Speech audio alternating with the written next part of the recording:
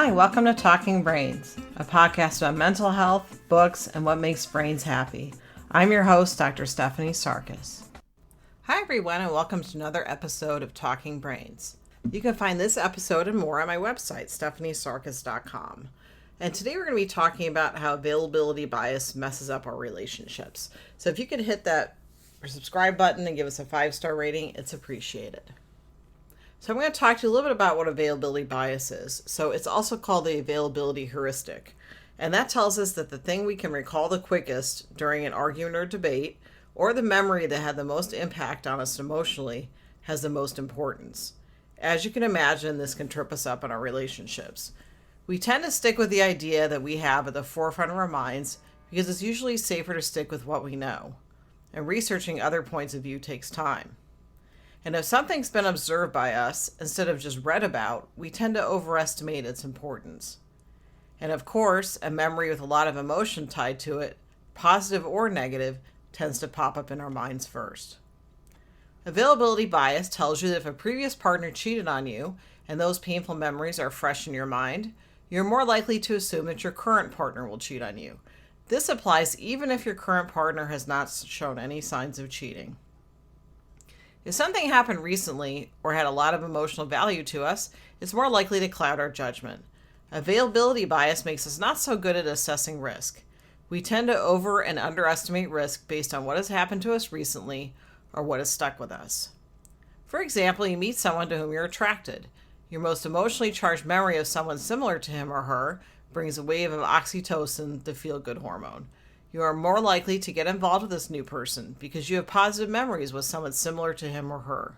This is availability bias.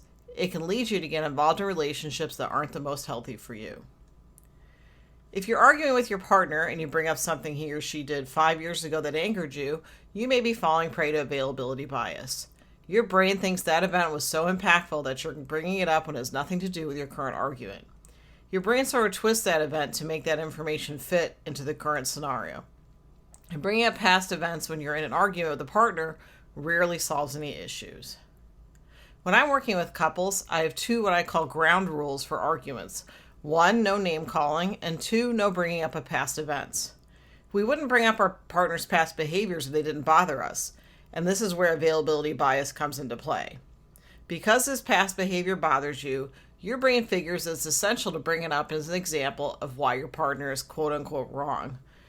Availability bias can also lure you into believing that you put in way more work into the relationship than your partner. If one of your most recent memories is that you were washing dishes because your partner decided to skip it and watch TV instead, you may feel that you're putting forth all the effort. Availability bias blocks out the times that you didn't feel up to doing your household tasks and your partner did them for you. You just remember the most recent event. So what's the solution to this? First, realize that you're putting a lot more weight on something than it deserves because it recently happened or because it bothers you. Come up with alternatives to the first thing that pops into your mind. For example, the most recent emotionally charged memory you have is your partner telling you they weren't going to get out of bed to check on the baby. You start arguing with your partner about sharing nighttime feedings. Your partner tells you that he or she has been getting up for late night feedings. The only thing that comes to your mind is the last time there's late night feeding and you feel your partner let you down. Hold on a second and do a quick review of other nighttime feedings in the last month. Chances are your partner has helped out more than you originally thought. Whenever the first thought comes to mind, consider that it may not be representative of what is happening or representative of what solutions might work best. And if availability bias has clouded how you treat your partner, consider discussing it with him or her. This has been Talking Brains. I'm your host, Dr. Stephanie Sarkis at stephaniesarkis.com. Please give us a 5-star rating and subscribe to the podcast. It's appreciated. Thank you and have a great day.